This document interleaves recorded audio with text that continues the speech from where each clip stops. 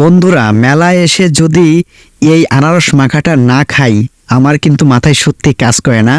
মেলার সবথেকে জনপ্রিয় এবং সুস্বাদু খাবার বর্তমানে আমার কাছে কিন্তু এটাই।